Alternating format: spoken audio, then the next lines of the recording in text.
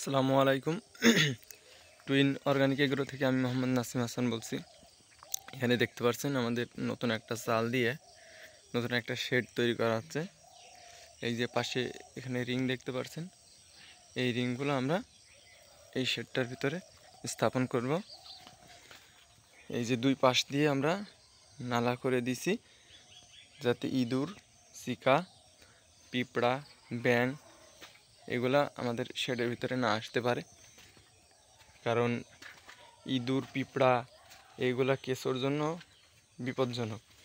কারণ ইঁদুর, পিঁপড়া এগুলো কেঁচোকে মেরে ফেলে, খেয়ে ফেলে, নষ্ট করে ফেলে। তখন প্রজেক্টের ক্ষতি হয়ে যাবে।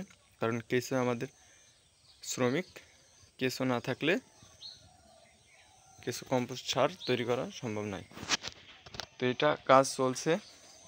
এখানে যে যা কিছু দেখতে পাচ্ছেন এগুলো আমি নিজেই করছি, যেহেতু মিস্ত্রি পাই নাই, এখন অনেক কাজের চাপ, মিস্ত্রি পাওয়া যায় না, এই জন্য আমি নিজেই চেষ্টা করছি।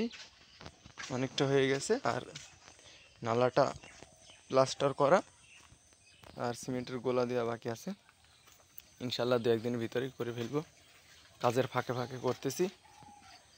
তো আজকে এইটুকুই, পরবর্তীতে আবার আসবো অন্য কোনো ভিডিও নিয়ে। আসসালামু আলাইকুম ওয়া রাহমাতুল্লাহি ওয়া বারাকাতুহু।